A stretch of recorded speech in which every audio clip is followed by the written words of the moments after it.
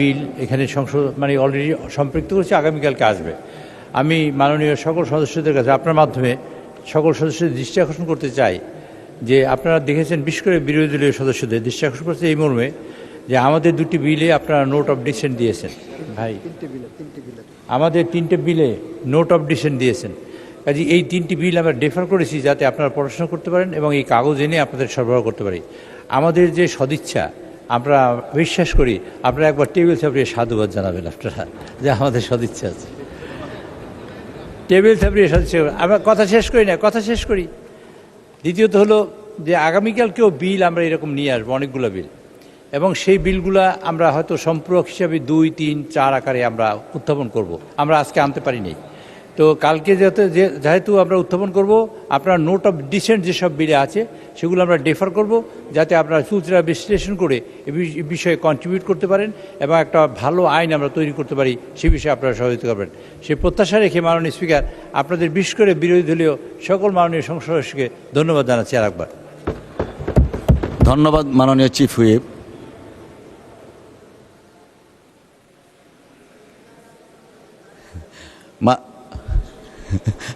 মাননীয় সদস্য, chief whip কথা বললে মাননীয় বিরোধী দলের চিফ হুইপও কথা বলতে পারেন। আপনি আমি জানি না মাননীয় বিরোধী দলের চিফ হুইপ আছেন কি না। মাননীয় সদস্য, আমাদের টাইম খুব লিমিটেড। দিনের মাননীয় সদস্য দয়া করে বসুন, আমাদের টাইম খুব limited. It is expected from the house if honourable chief whip of the government speaks, leader of the chief whip will answer. ধন্যবাদ আপনাকে। দিনের কার্যসূচি অনুযায়ী এখন মহামান্য রাষ্ট্রপতির ভাষণের উপর ধন্যবাদ প্রস্তাবের উপর আলোচনায় অংশগ্রহণ করবেন চট্টগ্রাম 13 আসন থেকে নির্বাচিত মাননীয় সংসদ সদস্য জনাব সরোয়ার জামাল নিজাম। আপনার সময় 8 মিনিট। জনাব সরোয়ার জামাল নিজাম, আপনার সময় 8 মিনিট।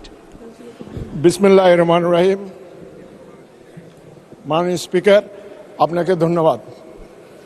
মাননীয় স্পিকার, আমি সর্বপ্রথম ধন্যবাদ জানাচ্ছি এবং কৃতজ্ঞতা প্রকাশ করছি আমাদের মাননীয় প্রধানমন্ত্রীকে, যিনি আমাকে চতুর্থবারের মতো সুযোগ দিয়ে এই সংসদে আমার এলাকা আনোয়ারা কর্ণফুলীবাসীর জন্য কথা বলার সুযোগ দিয়েছেন, সেই জন্য এবং সাথে সাথে আমি সর্বকালের সর্বশ্রেষ্ঠ বীর মুক্তিযোদ্ধা শহীদ প্রেসিডেন্ট জিয়াউর রহমানকে স্মরণ করছি, যিনি আপনারা জানেন 1971-এর 26শে মার্চ কাল রাত্রে যখন হানাদার পাকিস্তানি বাহিনী আমাদের নিরস্ত্র বাংলাদেশিদের উপর ঝাঁপিয়ে পড়েছিল এবং সেই সময় সেই অকুতোভয় শহীদ প্রেসিডেন্ট জিয়াউর রহমান কালুঘাট বেতার কেন্দ্রে গিয়ে এই দেশের স্বাধীনতা ঘোষণা করেছে এবং এই স্বাধীনতা ঘোষণার মাধ্যমে আজকে আমরা দক্ষিণ পূর্ব এশিয়ায় একটা স্বাধীন সার্বভৌম দেশ পেয়েছি। বিশ্বের মানচিত্রে বাংলাদেশ হিসাবে স্বাধীন সার্বভৌম দেশ হিসাবে, দেশের নাগরিক হিসাবে আমরা মাথা উঁচু করে দাঁড়াতে পারছি।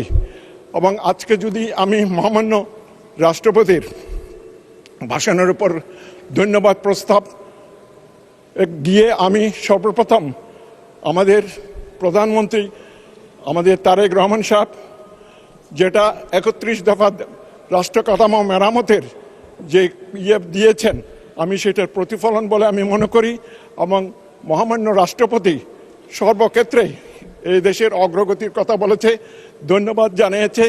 এবং সাথে সাথে আমি আরও আজকে এই বিষয়ে আমি আমাদের প্রয়াত দেশনেত্রী বেগম খালেদা জিয়াকে স্মরণ করছি। আমি মনে হয় এই বাংলাদেশের উনি প্রধানমন্ত্রী হিসাবে ওনার সরকার সবচেয়ে একটা গৌরবোজ্জ্বল দিক ছিল। আমার মনে হয় ওনার সরকারের সময় উনি 3বার প্রধানমন্ত্রী ছিলেন। ওনার প্রধানমন্ত্রিত্বকালীন সরকারে আমাদের সর্বশ্রেষ্ঠ স্বর্ণযুগ বলে আমি অভিহিত করতে চাই। মাননীয় স্পিকার, আমরা যখন এমপি ছিলাম ওনার সময় 1996-97 ইংরেজিতে আমরা যখন ওনার সাথে দেখা করতে যেতাম, উনি সবসময় আমাদের পরামর্শ দিতেন, আপনারা গ্রামে যান, গ্রামগঞ্জের লোকজনের সাথে কথা বলেন, গ্রামের মহিলাদের সাথে কথা বলেন, রাস্তাঘাটের উন্নয়ন দেখেন, এবং বিশেষ করে মহিলাদের সাথে কথা বলতেন। উনি বলতেন যে দেশের শতকরা 53% মহিলায় দেশে তারা ভীষণ পশ্চাৎপদ এবং তারা অবহেলিত, এবং সেই অবহেলিত জাতিকে যদি আমরা সামনের দিকে নিয়ে যেতে পারি তাহলে এই দেশে সর্বাঙ্গীন উন্নতি হবে। এবং সেই উপলক্ষে আজকে আমি বলতে চাই, আমাদের মাননীয় প্রধানমন্ত্রী যে আজকে মহিলা ফ্যামিলি কার্ড দিয়েছেন, যে ফ্যামিলি কার্ড দিয়েছেন সেটার প্রতিফলন বলে আমি মনে করি। এবং আজকে উনি এই ফ্যামিলি কার্ডের মাধ্যমে আমি মনে করি আমাদের বর্তমান যে 18 কোটি মানুষের 36 কোটি হাত আগামীতে ইনশাল্লাহ এই ফ্যামিলি কার্ডের প্রবর্তনের মাধ্যমে 72 কোটি হাতে পরিণত হবে। দেশ এক বিরাট একটা উন্নয়নের দিকে যাবে। দক্ষিণ পূর্ব এশিয়ায় এই বাংলাদেশ একটা সমৃদ্ধশালী দেশে পরিণত হবে। মাননীয় স্পিকার, আজকে আমি আর একটা জিনিস মনে করতে চাই, সেটা হলো গত 25শে ডিসেম্বর আমাদের মাননীয় প্রধানমন্ত্রী যখন চট্টগ্রাম গিয়েছিলেন, তিনি চট্টগ্রামে গিয়ে পোলো গ্রাউন্ড ময়দানে বক্তৃতা করেছিলেন। সেই সময় উনি আমাদের বাংলাদেশকে যে নতুন স্বপ্ন দিয়েছে, সেই নতুন স্বপ্নের মাধ্যমে দেশবাসী যেভাবে উজাড় করে বিএনপিকে জয়যুক্ত করেছে, বিশেষ করে আমার এলাকায় আমি বলবো জাতি ধর্ম নির্বিশেষে আমাদের, বিশেষ করে আমাদের সনাতন ধর্মাবলম্বীরা যেভাবে আমাদের সমর্থন দিয়েছে, আজকে আমি তাদেরকে ধন্যবাদ জানাই এবং আমার এলাকা আনোয়ারা কর্ণফুলীবাসীকে এবং ধন্যবাদ জানাচ্ছি। আপনারা জানেন সেই সময় উনি একটা কথা বলেছেন চট্টগ্রাম সম্বন্ধে, আমাদের প্রধানমন্ত্রী বলেছেন যে এটা বাণিজ্যিক রাজধানী। দেশনেত্রী বেগম খালেদা জিয়া 1992-তে যেটা ডিক্লার দিয়েছেন, 1993-তে সেটা প্রতিষ্ঠিত হয়েছে। এবং সেই উপলক্ষে আমি বলতে চাচ্ছি একটা কথা, দেশনেত্রী বেগম খালেদা জিয়া কাছে আমি যখন চেম্বার প্রেসিডেন্ট ছিলাম, প্রতিনিধি নিয়ে গিয়েছিলাম, উনি আমাকে বলেছিলেন আপনারা আসছেন কেন? আমি বলেছিলাম মাননীয় প্রধানমন্ত্রী, আপনি তো চট্টগ্রামকে বাণিজ্যিক রাজধানী করেছেন এবং বাণিজ্যিক রাজধানীর তো কিছু কাজ আপনাকে করতে হবে। উনি বলেছেন কি করা যায়? আমি বলছেন চট্টগ্রামে একটা ওয়ার্ল্ড ট্রেড সেন্টার করতে হবে। ও যে জায়গার, আমি বলছি আপনি যদি অনুমতি দেন জায়গা আমরা দেখে নেব। উনি যখন দক্ষিণ কোরিয়া গিয়েছিলেন 95 তখন আমরা জায়গা বেছে নিয়ে আমি ওনাকে ফোন করে যখন বলেছি, সাথে সাথে উনি ওয়ার্কস ডিপার্টমেন্টকে অর্ডার দিলেন যে হ্যাঁ 1 টাকার বিনিময়ে এই জায়গাটা দেওয়া হোক, যেটা আগ্রাবাদে বর্তমান যেটা ওয়ার্ল্ড ট্রেড সেন্টার হয়েছে। এবং আমি এটাই বলতে চাচ্ছি, দেশনেত্রী বেগম খালেদা জিয়া দেশের জন্য এবং বাণিজ্যিক রাজ্যের জন্য যা করে গেছে, এবং উনি দক্ষিণ কোরিয়া থেকে আসার পরে উনি নিজের হাতেই ওয়ার্ল্ড ট্রেড সেন্টারের ভিত্তিপ্রস্তর স্থাপন করেছিলেন। এবং আজকে আমি দুঃখের সাথে বলতে চাই, এই ফ্যাসিস্ট সরকার গত 17 বছরে উনি নিজের হাতে যেটা ওয়ার্ল্ড ট্রেড সেন্টারের ভিত্তিপ্রস্তর স্থাপন করেছিলেন, সেটা তারা ধ্বংস করে দিয়ে বর্তমানে তাদের সরকারের একটা ভিত্তিপ্রস্তর ওখানে লাগাইছে ওয়ার্ল্ড ট্রেড সেন্টারে। এটাকে আমি এই জন্য বলছি যে এটা তো জঘন্যতম একটা কাজ। যিনি চট্টগ্রামকে বাণিজ্যিক রাজধানী করে উন্নয়নের যে চেষ্টা করেছেন, আজকে সেটাকে ধ্বংস করে দিয়ে তারা তাদের ভিত্তিপ্রস্তর স্থাপন করেছেন। কাজে এই সংসদের মাধ্যমে আমি চাচ্ছি, আমি ওয়ার্ল্ড ট্রেড সেন্টারের বর্তমান যারা আছে, যে বিগত ফ্যাসিস্ট সরকারের ভিত্তিপ্রস্তর ফেলে দিয়ে আমার নেত্রী দেশনেত্রী বেগম খালেদা জিয়া যে ভিত্তিপ্রস্তর দিয়েছে সেটা প্রতিস্থাপন করা হোক। আমি সেটা সমর্থন চাচ্ছি সাথে সাথে সবাই। মাননীয় স্পিকার, আপনারা জানেন বাণিজ্যিক রাজধানী হিসেবে আরেকটা কথা বলতে চাই। দেশনেত্রী বেগম খালেদা জিয়া 1992-93 সালে চট্টগ্রামে স্টক এক্সচেঞ্জ স্থাপিত করেছে, এবং সেই স্টক এক্সচেঞ্জ হিসাব আপনারা তো জানেন, দুনিয়াতে কমার্শিয়াল ক্যাপিটালে একটা স্টক এক্সচেঞ্জ থাকে, যেমন বোম্বেতে আছে, দিল্লির ইয়েতে আছে, চায়নাতে আছে, সাংহাইতে, দুনিয়ার সবখানে আছে। সেই হিসেবে সেই স্টক এক্সচেঞ্জ স্থাপিত করা হয়েছিল, এবং এই স্টক এক্সচেঞ্জের অবস্থা খুবই খারাপ। এবং আমি বলবো গত 17 বছরে এই ফ্যাসিস্ট সরকার এই স্টক এক্সচেঞ্জকে ধ্বংস করে দিয়েছে। পুঁজিবাজারকে ধ্বংস করে দিয়েছে। এই পুঁজিবাজারকে রক্ষা যদি আমরা করতে না পারি, অর্থনৈতিকভাবে আমরা খুবই ক্ষতিগ্রস্ত হব। এখানে মাননীয় অর্থমন্ত্রী আছে, আমি উনি দৃষ্টি আকর্ষণ করব, মাননীয় অর্থমন্ত্রী চট্টগ্রামে যে বৈষম্যমূলক চট্টগ্রাম স্টক এক্সচেঞ্জের সম্বন্ধে আলোচনায় অংশগ্রহণ করবেন মুন্সিগঞ্জ 1 আসন থেকে নির্বাচিত মাননীয় সংসদ সদস্য জনাব মোহাম্মদ আব্দুল্লাহ। জনাব মোহাম্মদ আব্দুল্লাহ।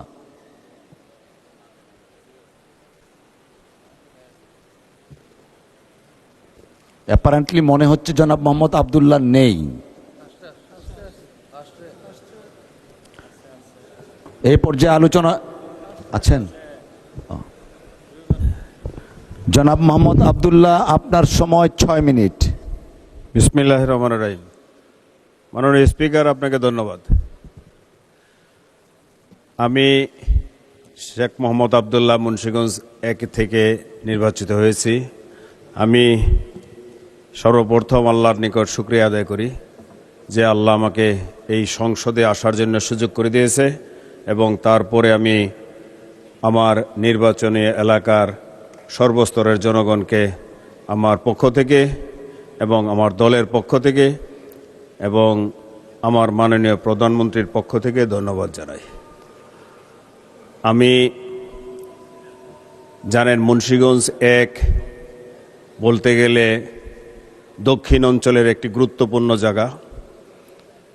মাওয়ার এক্সপ্রেসের একদিকে পদ্মা নদী আর একদিকে ধলেশ্বরী নদী, এই মাঝখানে যে অঞ্চলটা সেটা পুরাটাই মুন্সিগঞ্জ 1 তথা আমার শ্রীনগর থানা এবং সিরাজদিঘা থানা।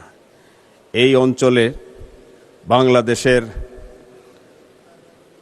বিশেষ ব্যবসায়ী লোকজন বসবাস করে। আমাদের এইখানে পদ্মা নদীর হাজার হাজার একর চর জেগে আছে এবং ধলেশ্বরী নদীতেও অনেক চর জেগে আছে।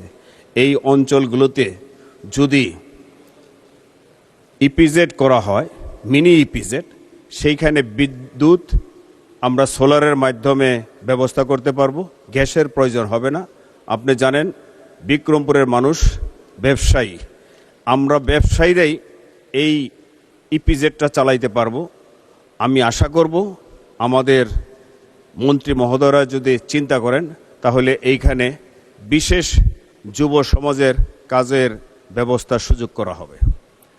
আরেকটি বিষয় আমি আমার শিক্ষামন্ত্রীর প্রতি অনুরোধ করব, আমাদের বিক্রমপুরের লোক অধিকাংশই বিদেশে যায়, সেইখানে যদি কারিগরি শিক্ষা ব্যবস্থা করা হয় তাহলে যুবকরা শিক্ষিত হয়ে লেবারে বা ক্লিনারের চাকরিতে বিদেশ যাবে না, সেইখানে তারা ভালো ভালো টেকনিশিয়ান হিসেবে যাবে। তখন আমাদের দেশের সম্মানও বাড়বে এবং আমরা বৈদেশিক মুদ্রা বেশি উপার্জন করতে পারব। আমার আরেকটি দাবি থাকবে, আমাদের এই মুন্সিগঞ্জ 1 যেন একটি ইউনিভার্সিটি করা হয়, যেখানে এই অঞ্চল না শুধু 21টি ডিস্ট্রিক্ট থেকে এইখান দিয়ে লোকজন আসা যাওয়া করে, সবাই উপকৃত হবে। তাই আমি মন্ত্রী মহোদয়ের নিকট আকুল আবেদন করব মুন্সিগঞ্জ 1 তথা আমার শ্রীনগর এবং সিরাজদিঘা থানায় একটি ইউনিভার্সিটি করা হয়, যেখানে আমাদের স্যার জগদীশ চন্দ্র বসুর একটি কলেজ আছে, যেই কলেজে প্রায় 100 একরের উপরে জায়গাও আছে। আমি বলবো যে এই জায়গাটাতেই আমরা ইউনিভার্সিটি করতে পারবো, যেখানে সরকারের কোনো জায়গা কিনতে হবে না বা পয়সাও খরচ হবে না। তাই বিশেষ বিবেচনায় যদি এই ইউনিভার্সিটিটা করা হয় তাহলে দেশ এবং জাতি উপকৃত হবে। আর আপনি জানেন মুন্সিগঞ্জের বিক্রমপুরের লোকজন ব্যবসায়ী, অধিকাংশ লোকই ঢাকা থাকে। তাই ঢাকা থেকে যখন শুক্রবারে বাড়িতে যায়, এই অঞ্চলে অ্যাক্সিডেন্ট হার বেশি, যেহেতু একটি হাইওয়ে এক্সপ্রেস হয়েছে। এই এক্সপ্রেস দিয়ে প্রতিদিনই কিছু না কিছু অ্যাক্সিডেন্ট হতেই থাকে। এই হাইওয়ে এক্সপ্রেসে আমি অনুরোধ করব সরকারকে, আমার মন্ত্রী মহোদয়দেরকে যে এইখান দিয়ে যেন কোনো ধরনের হোন্ডা বা ছোট যানবাহন চলাচল না করা হয়।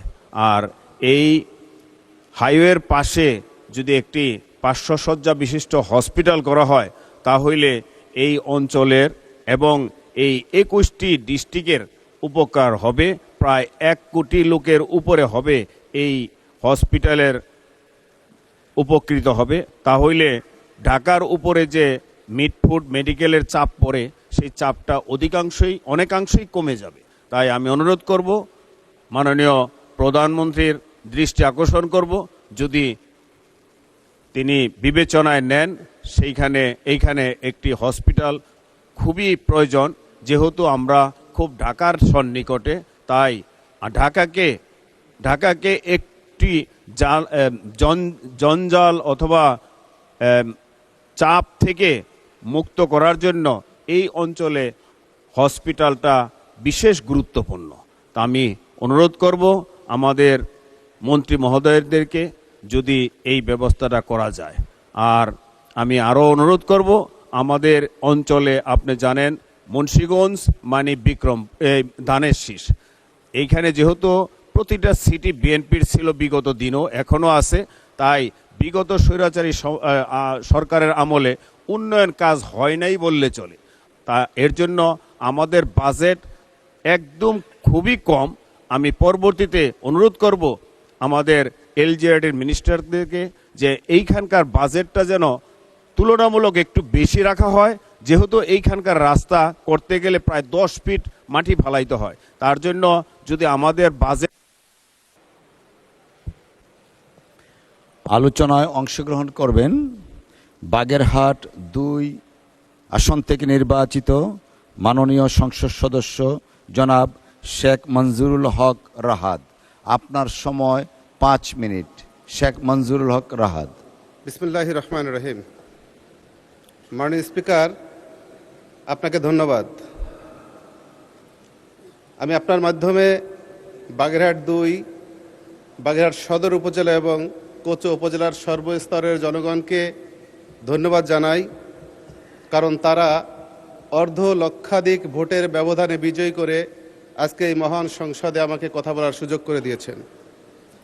মাননীয় স্পিকার, আমি আজকে রাষ্ট্রপতির মহান সংসদের রাষ্ট্রপতির ভাষণের উপরে যে বক্তব্য প্রদান করার সুযোগ পেয়েছি, এজন্য আপনাকে আবার ধন্যবাদ জানাই।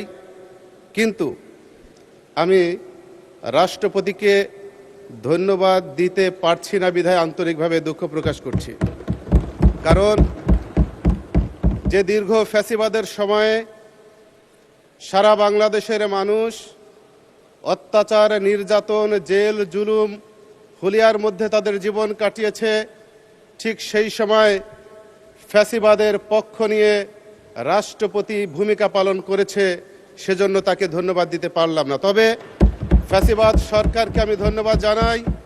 তাদের নির্যাতনের কারণে, তাদের অত্যাচারের কারণে শুধু আমি নয়, আজকে আমার মতো অনেক সংসদ সদস্য যারা এখানে উপস্থিত রয়েছেন, তারা এলাকার স্থানীয় জনসাধারণের হৃদয়ের মণিকোঠায় স্থান করে নিতে সক্ষম হয়েছেন।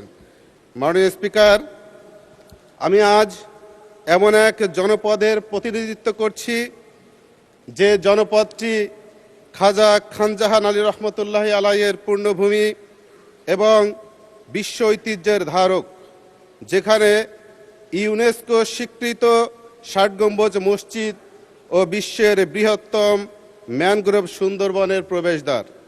কিন্তু মাননীয় স্পিকার, অত্যন্ত দুঃখের সাথে বলতে হয়, যখন বর্তমান সরকার বাংলাদেশকে দ্রুত গতিতে উন্নয়নের দিকে নিতে চলছে, তখন আমার নির্বাচনী এলাকাবাসী দীর্ঘদিন যাবৎ একটি রেল লাইনের জন্য হাহাকার করছে।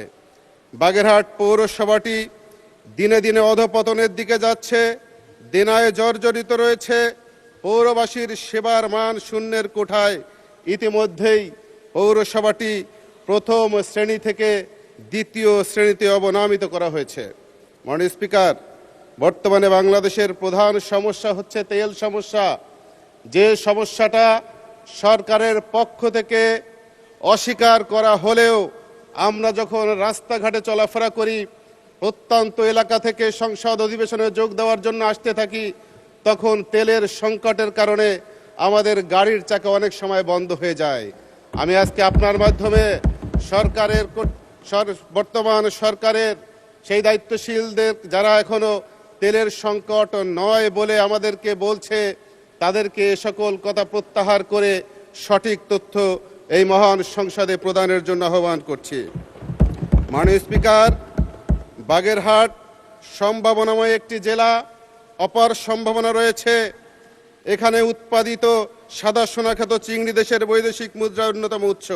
আমাদের এলাকার নারিকেল ও সুপারির বিশাল বাজার রয়েছে, কিন্তু উন্নত ও সাশ্রয়ী পরিবহনের ব্যবস্থা না থাকায় আমাদের কৃষকরা ন্যায্য মূল্য থেকে বঞ্চিত হচ্ছে।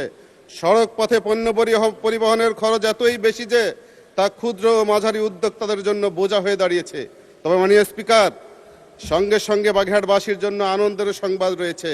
এই মহান সংসদে বর্তমান মাননীয় সড়ক পরিবহন ও রেলমন্ত্রী মহোদয় ও বন পরিবেশ ও জলবায়ু প্রতিমন্ত্রী মহোদয় বাগেরহাটের কৃতি সন্তানের জন্য আমরা বাগেরহাটবাসী গর্বিত।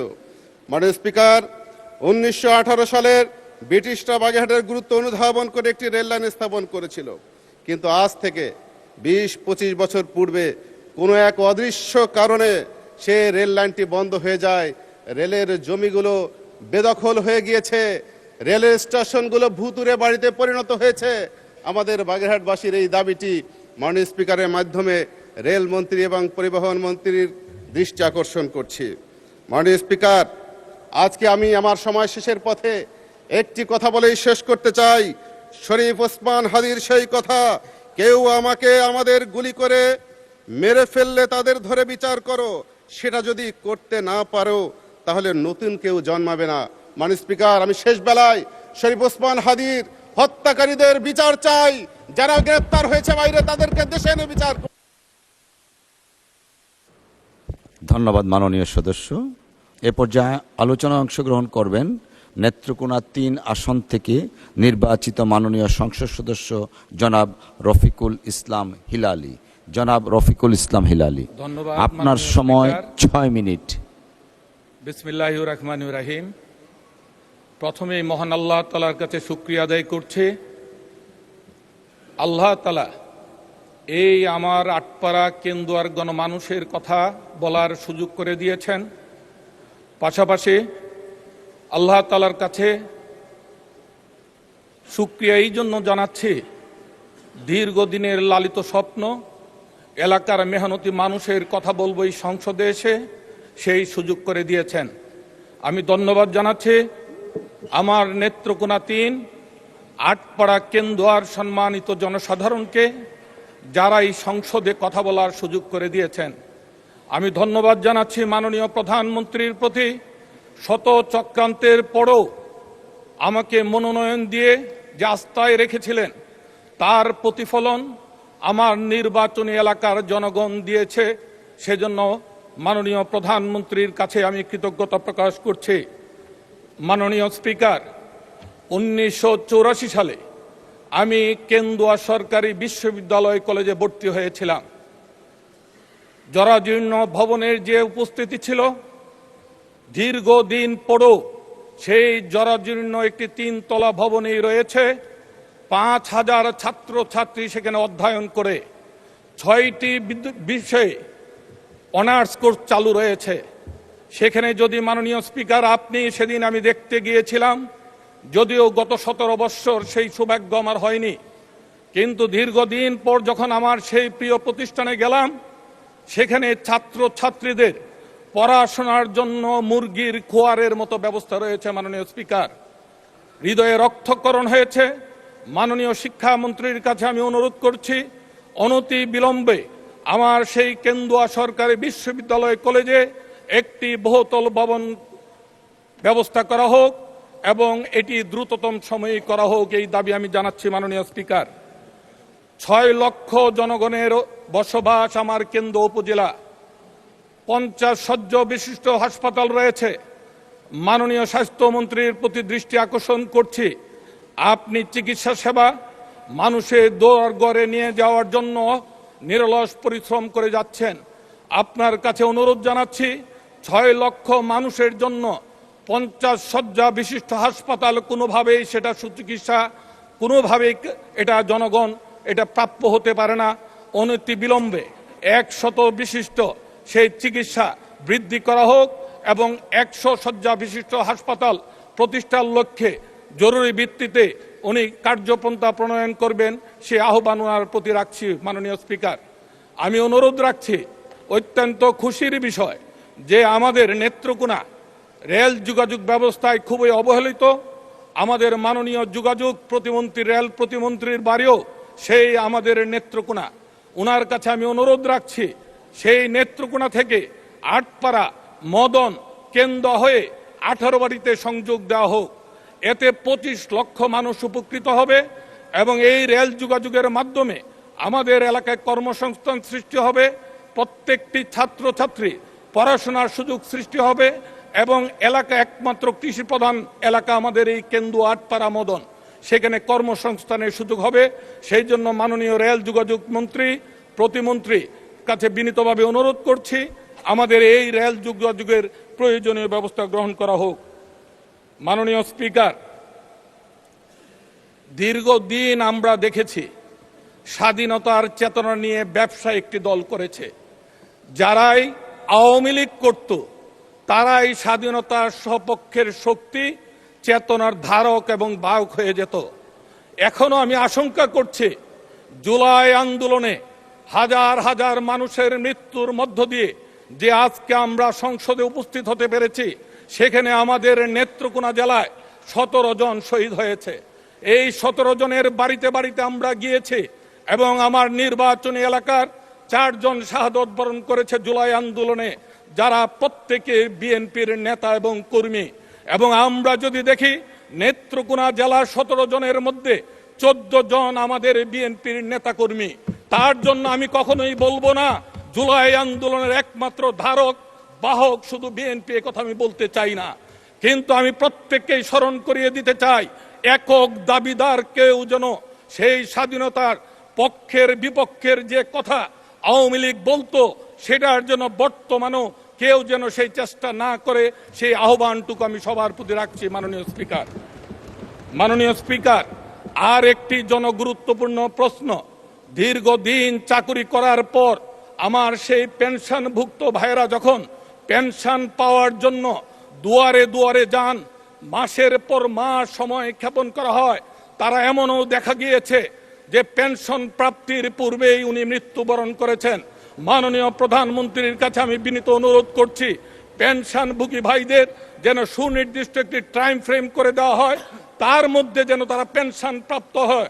এই অনুরোধটুকু আমি মাননীয় প্রধানমন্ত্রীর কাছে আমি রাখছি। মাননীয় স্পিকার, আমি যোগাযোগ মন্ত্রী মহোদয়ের কাছে গিয়েছিলাম, উনি সদয় বিবেচনা করেছেন আমার কেন্দুয়া থেকে আটপাড়া আমার নির্বাচনী এলাকায় রাস্তা চলাচলের সম্পূর্ণ অনুপযোগী। এই রাস্তাটি দ্রুত সংস্কার করার জন্য ওনাকে অনুরোধ জানিয়েছি। কেন্দুয়া থেকে তারাইল রাস্তাটুকু খুব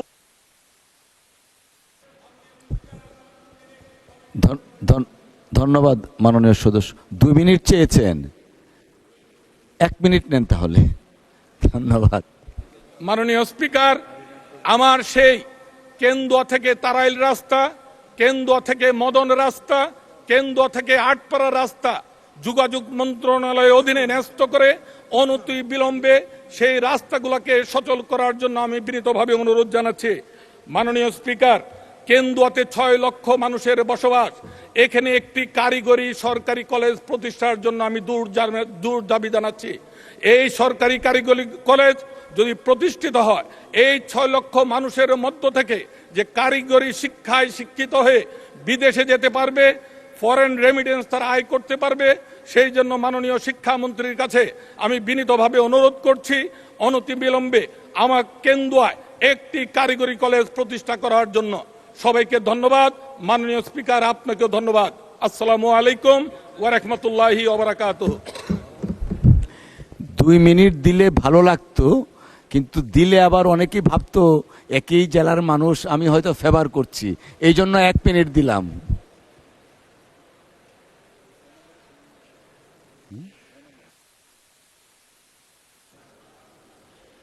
এই পর্যায়ে আলোচনা অংশগ্রহণ করবেন সিরাজগঞ্জ 1 আসন থেকে নির্বাচিত মাননীয় সংসদ সদস্য জনাব মোহাম্মদ সেলিম রেজা।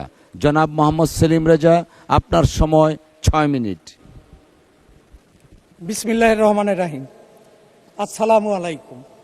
মাননীয় স্পিকার, আপনাকে অসংখ্য ধন্যবাদ।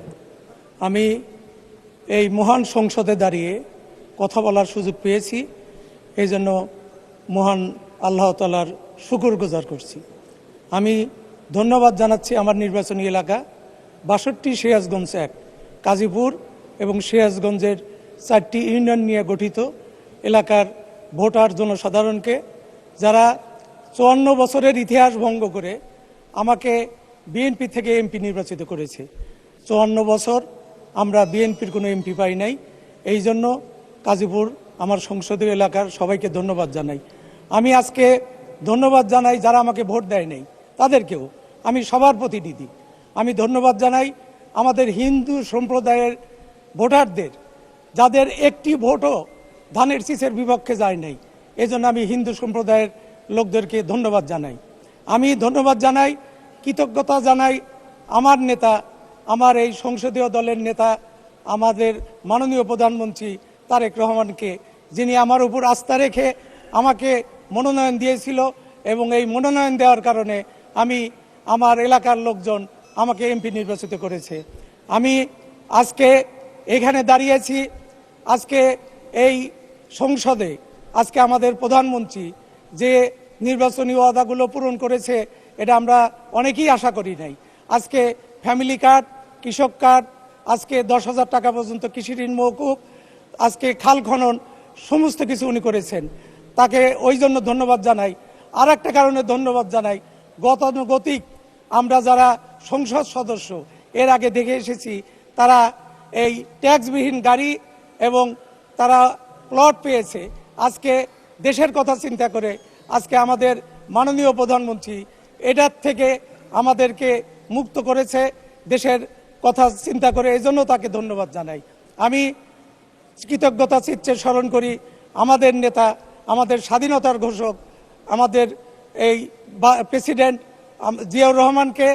আমি তার আত্মার শান্তি কামনা করি, যার কথা আমরা এই যে এমপি হয়েছি এবং দলের কথা বলতে গেলে যার মুখটা আমাদের সামনে ভেসে ওঠে, আমাদের গণতন্ত্রের মা, আমাদের প্রধানমন্ত্রী, আমাদের যিনি কোনো নির্বাচনই হারেন নাই, তার প্রতি আমি শ্রদ্ধা জানাই এবং আল্লাহ তাকে বেহেশত নসিব করুক। আজকে স্বাধীনতা যুদ্ধে 9 মাস যারা রক্তক্ষয়ী সংগ্রামের মাধ্যমে এ দেশ স্বাধীন করেছে, তাদের প্রতি, যারা স্বাধীনতার যুদ্ধে যারা অংশগ্রহণ করেছিল, তাদের প্রতি আমি সম্মান জানাই, তাদেরকে শ্রদ্ধা করি। এবং আমি শ্রদ্ধা জানাই এই জুলাই আন্দোলনে যারা আত্মহতি দিয়েছে। আমরা বারবার যেটা বলি যে স্বাধীনতা যুদ্ধ যেটা হয়েছে, এটা একটি দেশ স্বাধীন হয়েছে, একটি দেশের মানচিত্র হয়েছে, কিন্তু জুলাই একটা দেশ, একটা সরকারের পতন হয়েছে। এই দুটাকে কোনো সময় আমাদের এক করে দেখা উচিত না। আজকে প্রেসিডেন্টের বক্তব্য অবশ্যই আমি শ্রদ্ধার সাথে দেখি, কারণ একটা জায়গায় আমাদের স্বীকার হতে হবে যে আমরা অন্ততপক্ষে প্রেসিডেন্ট পতিত সরকারকে স্বৈরাচারী সরকার বলেছে, এই জন্য তাকে অবশ্যই ধন্যবাদ দেওয়া উচিত। আজকে 17 বছর সারা বাংলাদেশে নিপীড়ন নির্যাতন হয়েছে, কিন্তু কাজীপুর আমার সংসদীয় এলাকা, আজকে এই বিএনপি প্রতিষ্ঠিত হওয়ার পর থেকেই আমরা নির্যাতনের শিকার। প্রথম দিকে কম হয়েছে, শেষের দিকে আমার 4টি ছেলে ঘুমন্ত অবস্থায় আওয়ামী লীগদের বোমা বিস্ফোরণে মৃত্যুবরণ করেছে। আমার একটি ছেলে কলেজ সংসদ নির্বাচনকে কেন্দ্র করে তার একটি পা একদম প্রকাশ্যে কলেজ ক্যাম্পাসে তার শরীর থেকে দ্বিখণ্ডিত করা হয়েছে। এরকম অনেক নির্যাতন হয়েছে। আজকে আমার এলাকা যমুনা নদী দ্বারা দ্বিখণ্ডিত, যমুনা নদীর ওই পারে, পূর্ব পারে 6টি ইউনিয়ন, তাদের জোরালো দাবি যে আমাদের এই উপজেলাতে আসতে গেলে তাদের অনেক সময় লাগে, অনেক ক্ষতি হয়, তারা স্বতন্ত্র একটি উপজেলা চায়, তারা একটা যমুনা উপজেলা চায়। আমাদের স্থানীয় সরকার মন্ত্রীর কাছে আমার নিবেদন থাকবে যমুনা উপজেলা করার জন্য। আজকে ভেটুয়া ব্রিজ, যে ব্রিজটা হলে চরের অঞ্চলের লোকজন অন্ততপক্ষে ঢাকাতে সরাসরি যোগাযোগ করতে পারবে। আজকে যোগাযোগ মন্ত্রীর কাছে আমার অনুরোধ থাকবে যে ভেটুয়া ব্রিজ করতে পারলে অন্ততপক্ষে চরের লোকজন সরাসরি ঢাকায় যাতে আসতে পারে। আজকে আমরা যমুনা নদীর দুই পারে আমাদের যে অবস্থান, নদী ভাঙ্গন এলাকা, আমাদের যমুনা নদীর স্থায়ী বাঁধ দিতে হবে। মাননীয় স্পিকার, ঘড়ির দিকে বারবার নজর যাচ্ছে, আমি অন্ততপক্ষে চাবো যে আমাকে একটু সময় যদি একটু বাড়িয়ে দেন। আজকে যমুনা নদীর স্থায়ী বাঁধ করা দরকার। আমাদের যমুনা নদী 18 কিলোমিটার প্রশস্ত, 18 থেকে 20 কিলোমিটার। এত বড় প্রশস্ত নদীর আমাদের দরকার নাই। আমরা নদী যদি আমরা দুই পারে বাঁধ নির্মাণ করে নদীকে যদি সীমিত আকারে আনতে পারি, তাহলে চরের অঞ্চলের অনেক জমি উদ্ধার হবে, যেগুলো কৃষিক্ষেত্রে অন্ততপক্ষে কৃষির উন্নয়ন হবে, জমিওয়ালারা জমি ফেরত পাবে। আজকে আমাদের চর অঞ্চলে যে মানে হাসপাতালগুলো আছে, ক্লিনিকগুলো আছে, সেই ক্লিনিকের বিল্ডিং আছে, কিন্তু ওইখানে কোনো ডাক্তার নাই, নার্স নাই। অন্ততপক্ষে ওইখানে ডাক্তার নার্স দিতে পারলে আমাদের লোকজন প্রাথমিক চিকিৎসা পাবে। স্বাস্থ্যমন্ত্রীর কাছে এটা আমার বিনীত।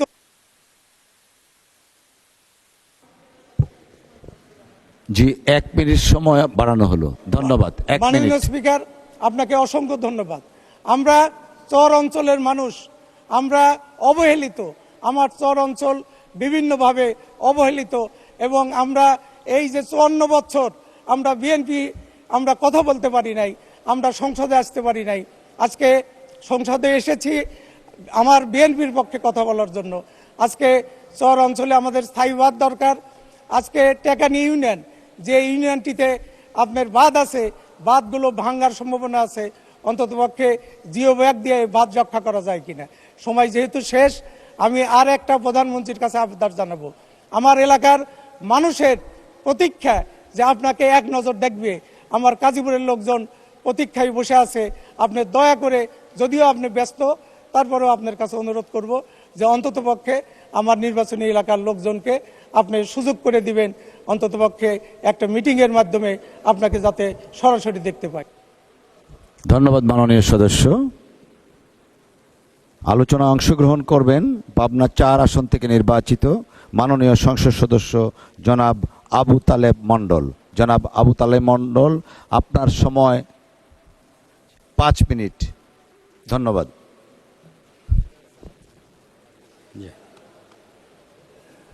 আলহামদুলিল্লাহ রাব্বিল আলামিন।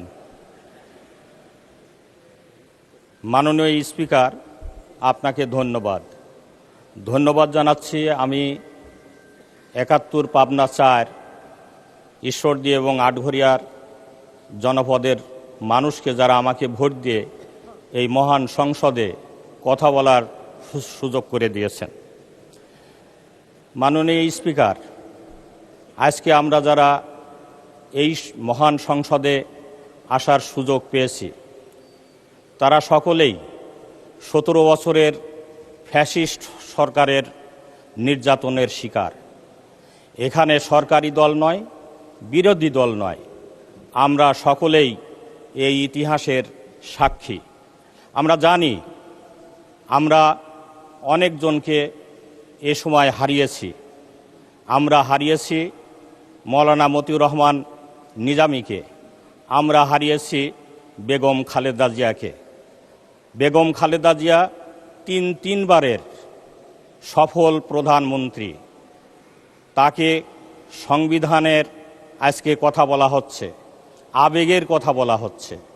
আমরা বলতে চাই, কোন সংবিধান দিয়ে বেগম খালেদা জিয়াকে কারাগারের অন্তরালে নিয়ে আসা হয়েছিল?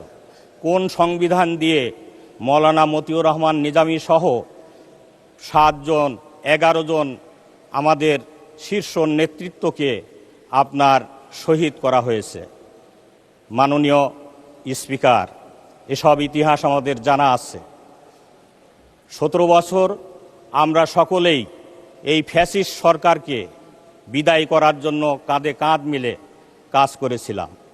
আজকে সেভাবেই বলতে চাই যে আজকে যে সংস্কারের কথা বলা হচ্ছে এবং সংবিধানের সংশোধনের কথা বলা হচ্ছে, আমাদের সন্তানরা গত 24 জুলাই 36 জুলাই আন্দোলনে জীবন দিয়েছে।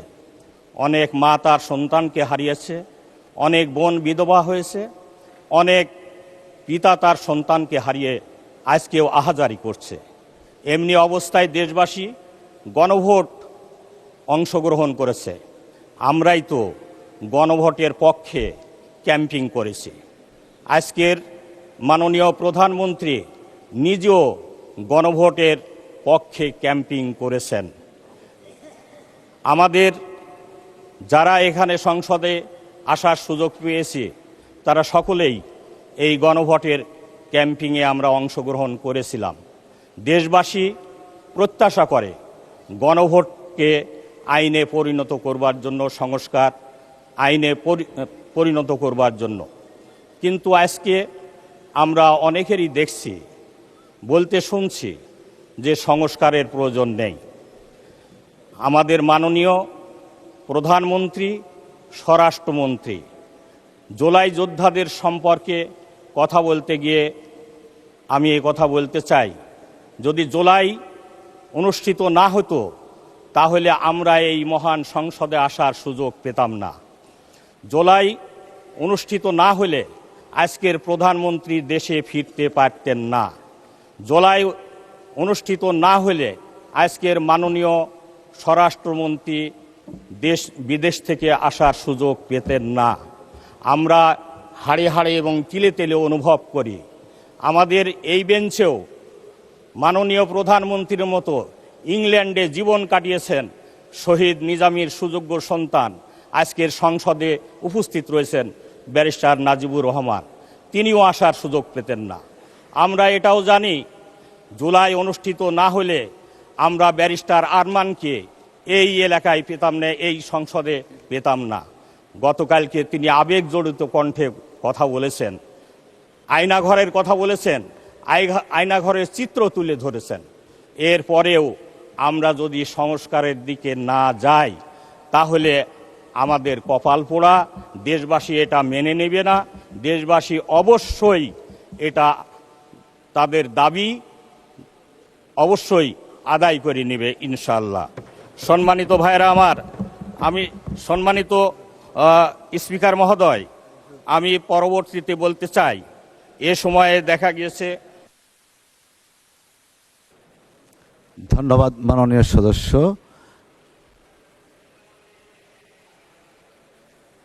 অসংখ্য ধন্যবাদ। আপনাকে 1 মিনিট সময় বরাদ্দ করা হলো।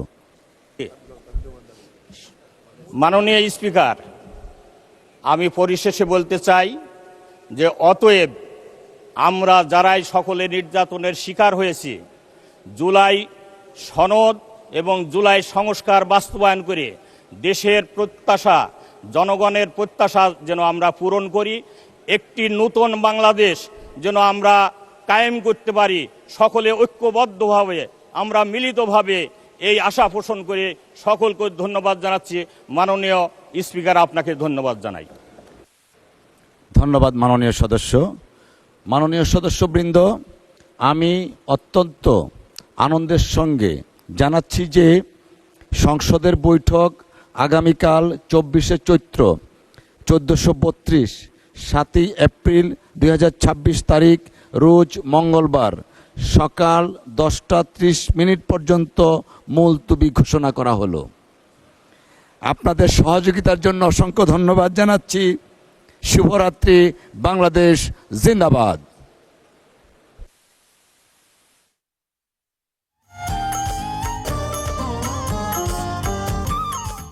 থামুন, এই তথ্যগুলো আপনার জানা দরকার। দেশে জ্বালানি